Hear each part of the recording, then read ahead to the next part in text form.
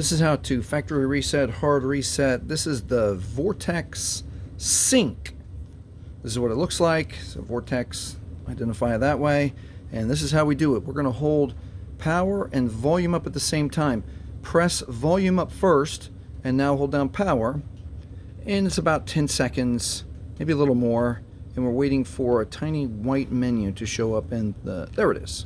Just a few seconds. Now very carefully, we're going to only use the volume keys. So it says select, use volume up to select, and then volume down is okay. So we need the recovery menu. So I'm going to use volume up to, oop, gone too far. All right, there we go. Volume up is select, and now volume down is okay. And now we're going to wait another moment as it cycles through, and we're looking for the no command fall on Android. And there it is. Okay, at the no command fall on Android, we're now going to hold power and then quick touch volume up. Hold power, quick touch volume up. And it brings up the Android recovery menu for the Vortex Sync. And we want to now use the volume keys to scroll down to wipe data factory reset right here. And now we're going to press OK with power.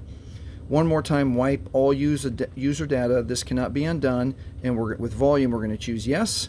And then power is OK. And now you can see here that the data wipe has been completed, and now it is safe to reboot the system, and I'll push OK with power. Keep in mind that if you've set up your phone with your Google or Gmail account, you will need your Google or Gmail account to log back in, especially if you've set up the protection, the Find My Phone, Find My Device protection that is now on most phones. You will still need that Google information.